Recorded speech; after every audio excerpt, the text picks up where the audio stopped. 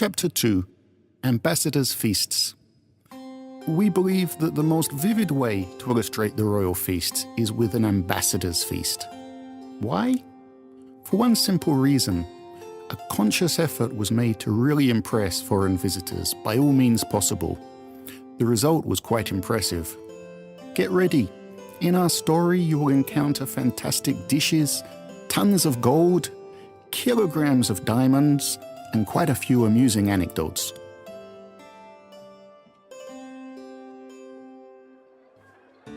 An ambassador's feast was a strategically important event, so it was carefully planned out, down to the last detail, and in accordance with strict regulations.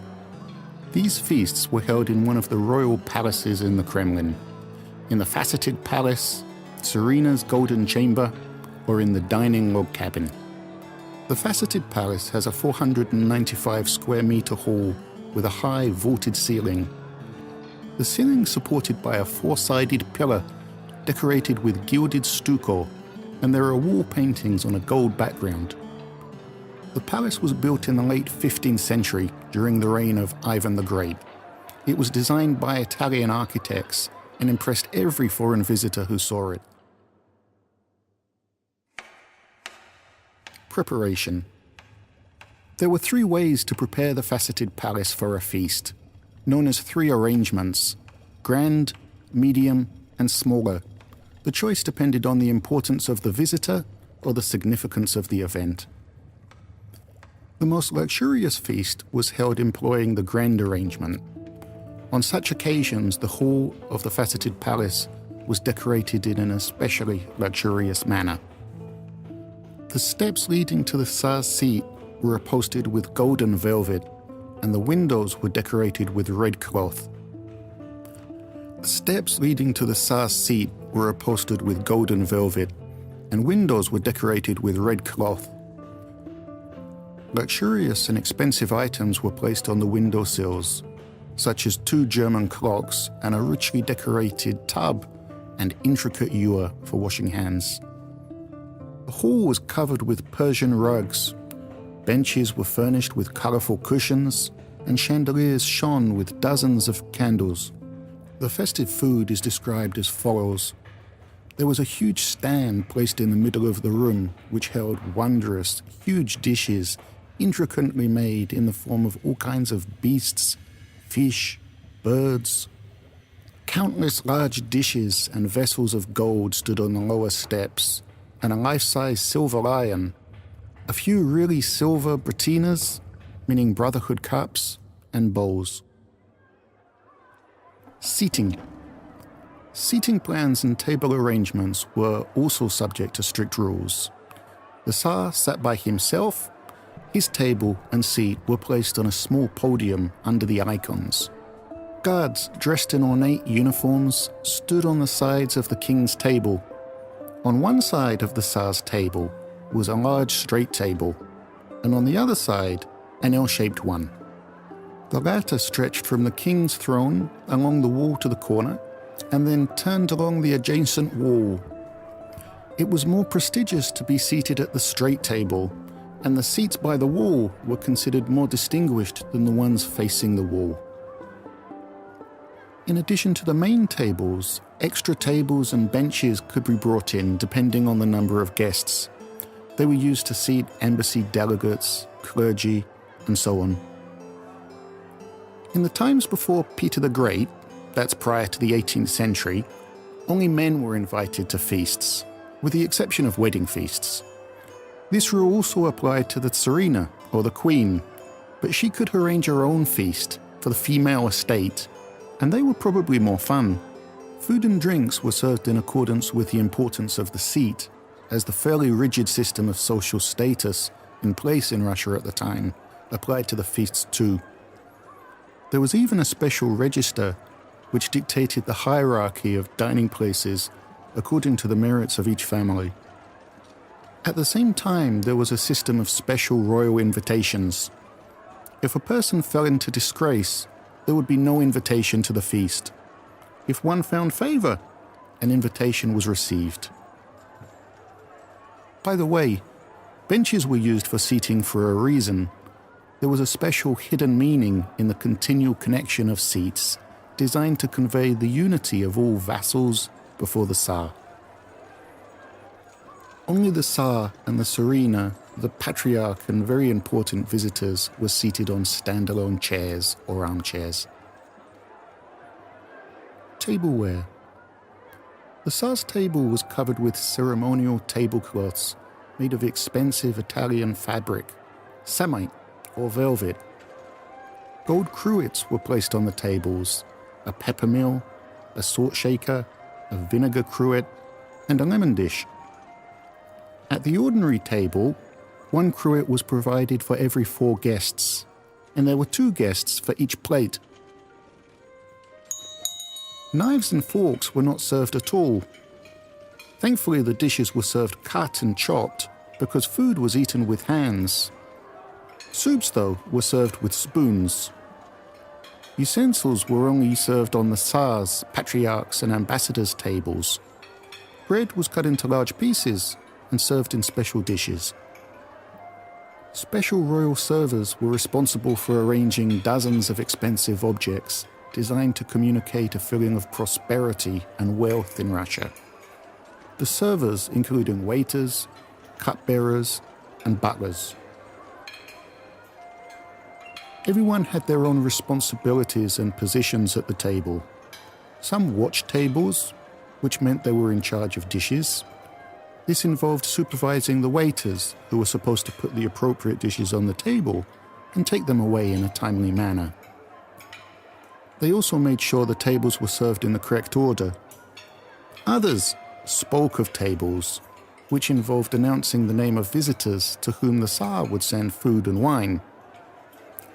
The cupbearer was in charge of alcoholic drinks, while waiters standing by the tables poured drinks. They filled goblets and drinking ladles with meads and wines from abroad.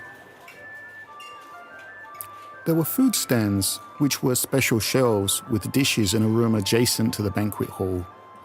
There were separate stands for food and drink, and they held dishes prepared by the cooks. Each of the prominent diners, the Tsar, a patriarch, an important visitor, would have a dedicated food stand. To sit by the food stand, or by the food, meant sending the dishes to the table. Courtiers who were experienced in the affairs of feasting were appointed to such positions, as it involved giving orders and was considered very important. In the first years of the reign of Tsar Alexis in the mid-17th century, Prince Lvov often sat by the food stand. In December 1667, the head of the Kremlin armory, the most noble buyer, Bogdan Khitrovo, sat by the food stand. The number of people involved in serving tables at the royal feasts sometimes exceeded the number of guests. Dishes and wines were served to guests by dozens of handsome young waiters and cupbearers, for whom it was an honorable duty. It was even more of an honor to serve the straight table than the L-shaped one.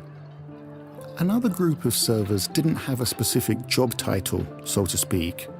They brought dishes and drinks from the food stand watchers to the tables. For them, it was considered more of an honor to bring drinks to the table than food. Among the servers, you could find many sons of the very noblest guests and courtiers who were feasting with the Tsar. Sometimes at the feast themselves, serious quarrels would break out over the seating plan or servers' positions. For example, during the Christmas feast in 1646, a very young Tsar Alexis severely punished the instigator of such a dispute.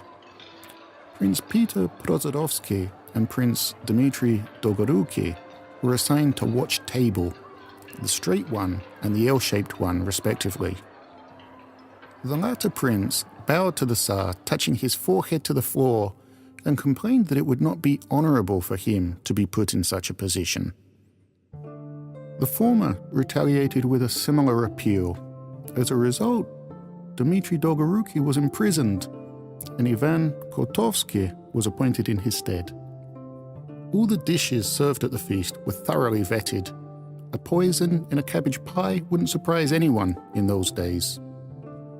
First of all, the dish was tasted by the cook himself in the presence of the chamberlain, and then by the butler who brought the dishes to the Tsar's table. All the drinks were checked too. Can you do the arithmetic? Let's say 500 dishes and 10 drinks were served at the feast. Just think how much the cook and the butler would eat and drink in one night. So what's next? When the tables were set and everything was in place, the chamberlain would announce that the Tsar, accompanied by the boyars, was making his way to the table. Then all the other guests would take their seats. All the guests would bow to the Tsar at the same time, touching their foreheads to the damp earth. Then a prayer was offered before the foreign guests entered the hall, quite hungry by that time, we assume. The beginning of the feast. So everyone is seated, and a 5 to 6 hour marathon would begin. Firstly, a brilliant procession of servers, cupbearers, and waiters, led by the chamberlain, entered the hall. And we don't use the word brilliant lightly. About 150 people dressed in ornate cloths made of gold and silver brocade. It must have been a striking show. Dress code. The greatest impression, of course, was made by the Tsar himself. The Imperial Ambassador Johann Kobenzong, describing his visit to Ivan the Terrible, noted that the crown on the Tsar's head was more valuable than that of His Holiness the Pope, the crowns of the kings of Spain, France, the Grand Duke of Tuscany, and even the crown of the King of Hungary and Bohemia that he had seen. The Grand Prince's mantle was completely covered with diamonds, rubies, emeralds, and other precious stones and pearls the size of nuts, so it's surprising that he could bear so much weight. The Tsar also had a special dining coat as part of his wardrobe, a mantle designed for ceremonial feasts in the cold season. This kind of mantle was lighter, made of squirrel fur, and beautiful Italian gold and silver brocade. In his younger years, Tsar Alexis would feast in a silver fur coat or a fiery fur coat made of red fox fur. Sequence of events. The feast began with bread, salt, and vodka, otherwise known as the sovereign's wine, from the Tsar's table. It symbolized magnanimity and hospitality. Each guest taking bread and salt got up and bowed, along with all the other guests. Once the vodka and bread victual was completed, the king gave the order to bring in the food. Since ancient times, the feast was opened with roast swan, which was brought in on an enormous dish, shown to everyone, and then carried away to one of the food shelves. There it was cut into pieces and then brought back. Further events are well described by Raffaello Barberini from Florence, who was a guest at the court of Ivan the Terrible in 1565. About 20 servers entered. They were carrying huge dishes with a variety of roasts, geese, lamb, beef, and other meats. But when they came to the sovereign's table, they all turned back again and disappeared, taking all these dishes away without having served anyone. Soon afterwards they appeared again, and in larger numbers, carrying both the original dishes and the new ones. But this time the meat had already been chopped into pieces. Only then did we finally begin to eat. Menu. So what did people used to eat at ambassadors' feasts? According to the most conservative estimates, each guest had the opportunity to try a few dozen dishes. Some foreign ambassadors, however, blinded by the luxury of the occasion, mentioned 150 and even 500 dishes in their notes. What does this tell us? It tells us that the task of impressing the visitors was overwhelmingly accomplished. But let's get back to the food. One of the Polish ambassadors wrote that he got a swan wing, sprinkled pie, larks, goose, and the waiter knew which pieces of meat and fish were to be served, depending on the guest's status. After the first 4 courses, an enormous number of other dishes were brought to the tables, and everyone took what they wanted. toasts were an inevitable and highly important part of the proceedings. The first toast was to the health of the sovereign, then the health of the members of the royal family, and then the head of the church. Also, the Tsar would often raise a cup to the health of a guest, whom he would identify either by name or by pointing.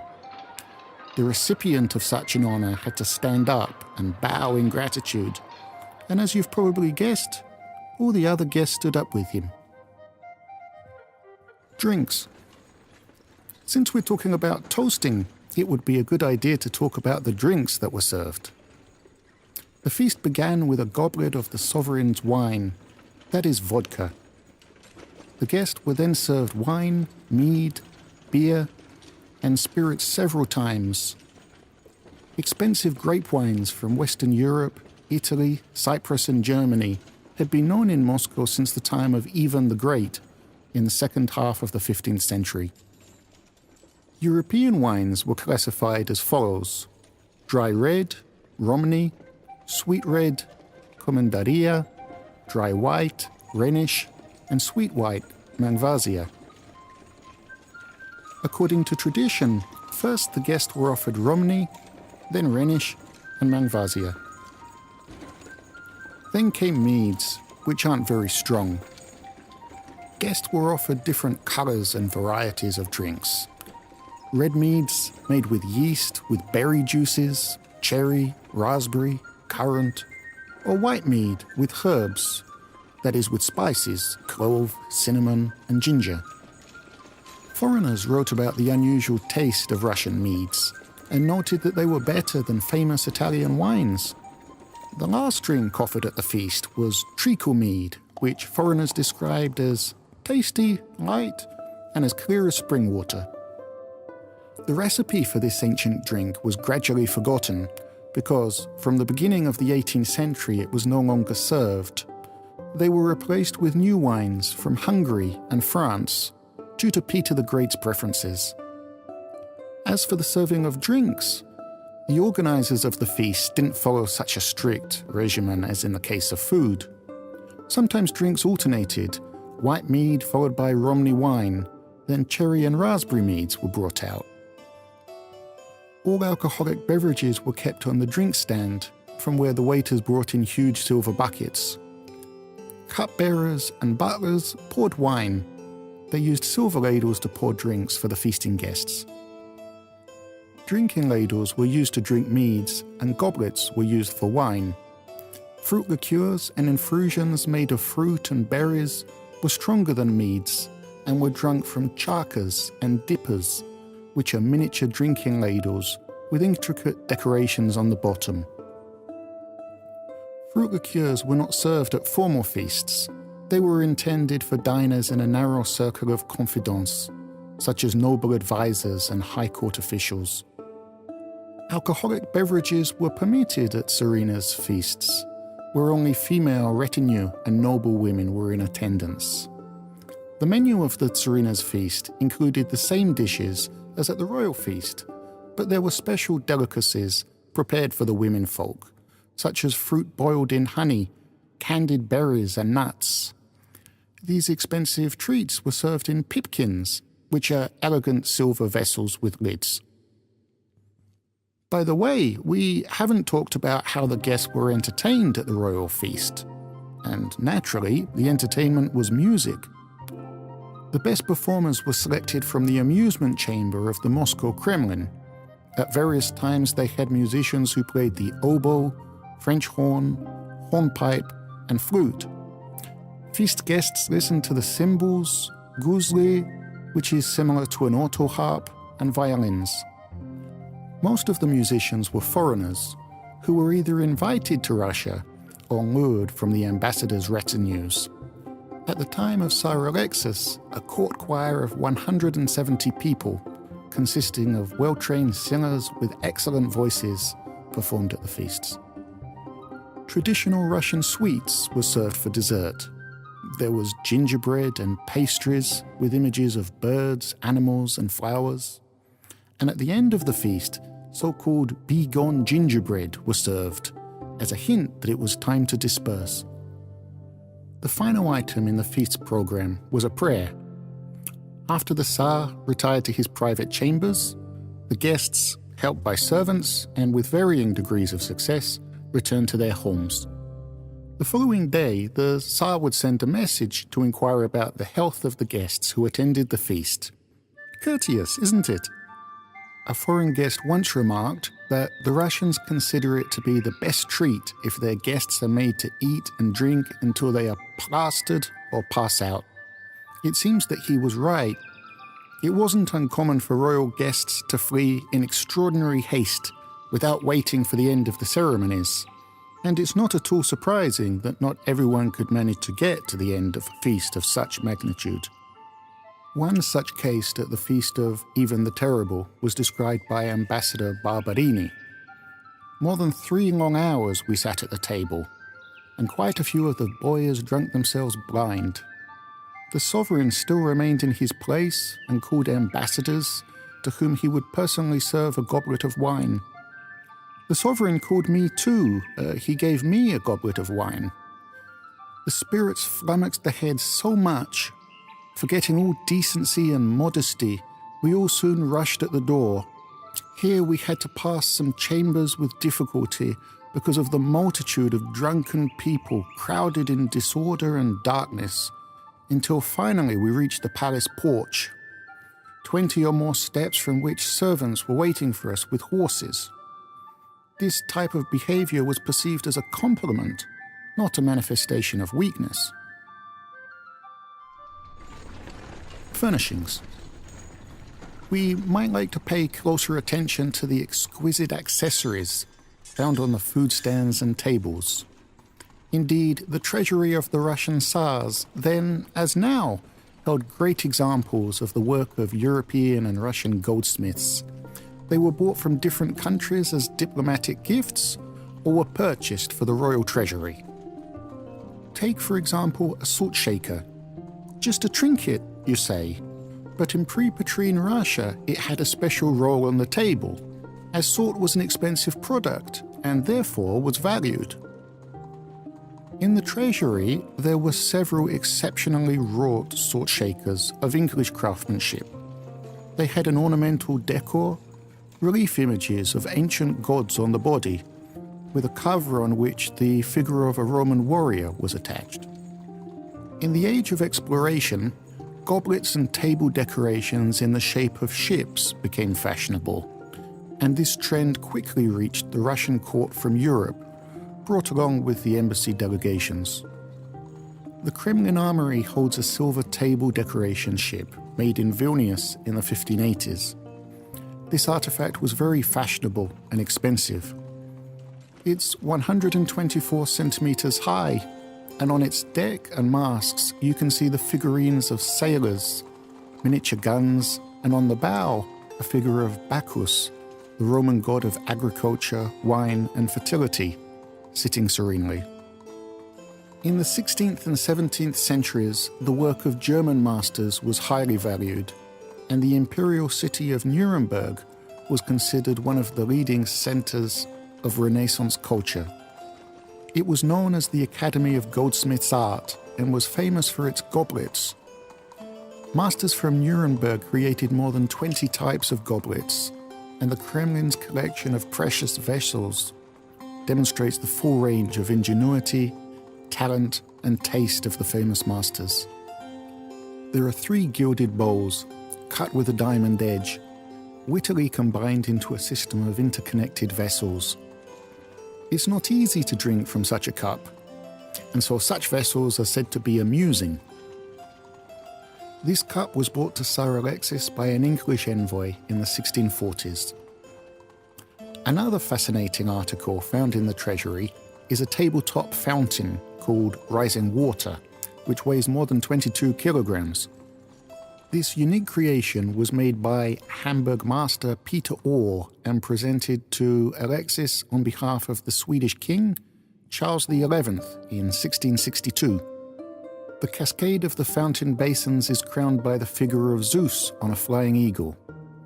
Unfortunately, the mechanism has not survived, but it can be assumed that fragrant rose water and wine poured out of the lightning in the hands of Zeus, as well as from the mouths of winged dragons and sea creatures located between the basin's shells. Prior to Peter the Great, all the guests, except for specially honoured guests, ate with their hands, so before serving the food was chopped or cut. Hot stew was carried out with spoons in the vessels. In the 16th to 17th centuries, forks were a luxury item in noble houses. They weren't often used. Typically spoons were used. Forks didn't become commonplace on both festive and everyday tables until the 18th century. There is a wide variety of forks found in the Armory's collection. Gold and silver with stone handles of wonderful beauty, decorated with enamel and inlay. The utensils were placed on a table in a special, richly decorated stand with a lid and holes on the inside. Its design was just like IKEA. There were bowls, pouring vessels, pipkins used for desserts, cutlery trays, goblets, jugs, glasses, mugs, pans used to bring cooked dishes to the table, and many other varieties of tableware. A particularly important object at the feast was a brattina, or brotherhood cup. It was filled with mead or beer and passed from guest to guest, thus turning all sitting side by side into friends and brothers. Brattinas are spherical vessels on a small stand, sometimes even with a lid. They were made of gold, silver, stone, bone, and even coconut, and decorated with embossing, enamel, engraving, and blackening. Often the edge of brattina bowls would feature a wise or moralizing saying, such as, "Wine is innocent, yet drunkenness is damned." Another mandatory accessory for the feast is a drinking ladle for mead in the form of a long ship. Moreover, gold drinking ladles were used for red meads and silver ones for white meads. Initially, they were made of wood. Later, Novgorod masters started to use metal. Drinking ladles were forged from a single piece of metal and intricately decorated. Strong drinks, fruit liqueurs, infusions, cognac, and vodka were drunk in Russia from smaller vessels, similar to drinking ladles, the inner walls of which were decorated with embossed ornaments. Charkers were used solely for the sovereign's wine, vodka. On this topic, we shall finish. We've tried to tell you all about the most interesting aspects of the royal feast. We hope you've enjoyed it.